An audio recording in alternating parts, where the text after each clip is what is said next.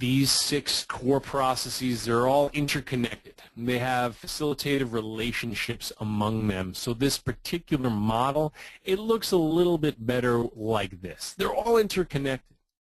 I can't run through all the permutations, but I want to just give you an idea. Like, if you know what you care about, if you've clarified your values and you know what's important, like maybe you value rearing your children to live full, abundant lives, then it's easier to accept when that 3 a.m. Wake-up call happens with the newborn. You might feel fatigued, you might feel irritated, but you accept that that is happening, and then go and engage in the committed action of feeding the child because you care about the child, even in the presence of negative emotions, so to speak. They're all interrelated like that. I imagine if you start doing lots of mindfulness and contact with the present moment exercises, it might be a little bit easier for you to diffuse from thoughts or images or words.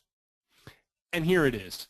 What I've got here is probably the last important set of slides. It'll take a few minutes to go through them, but I will say this is the pinnacle of the entire webinar. I think most people get the biggest bang out of this next few minutes because it really demystifies what ACT is all about. I couldn't do it first. I have to explain everything first. And it's the ACT question. The ACT question can be used for self-help, or it can be used for case conceptualization with our clients. It can be asked lots of different ways, but this is just one way to ask it.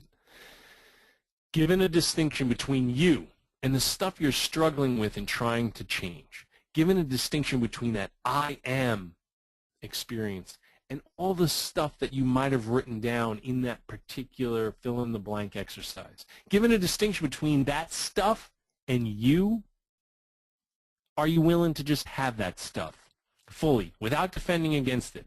Just notice and have urges, sensations, emotions, instead of struggling with it. Don't defend against it like being stuck in a Chinese finger cuff. Allow yourself to willingly have that stuff as it is, not as what your mind tells you it is, not as what your language says it is. Just notice that your mind gives you evaluations and descriptions and labels, and just because you think it doesn't necessarily mean it's true. I mean, you were wiggling your toes while telling yourself you couldn't. Just because your mind gives labels, descriptions, or evaluations, you can just notice it as it is, not as what your mind tells you it is. And then go do what takes you in the direction. Go do, capital D-O.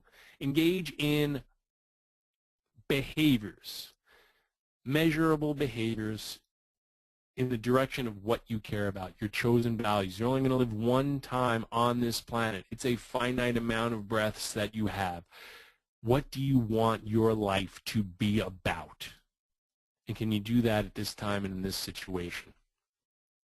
Each one of the 6 domains has a skill set that we work with in acceptance and commitment therapy to build up this question. Given a distinction between you and the stuff you're struggling with and trying to change, are you just willing to have that stuff fully and without defense as it is? That's what your mind says it is. And go do what takes you in the direction of your chosen values at this time and in this situation. If you can answer yes to this, that is what builds up psychological flexibility.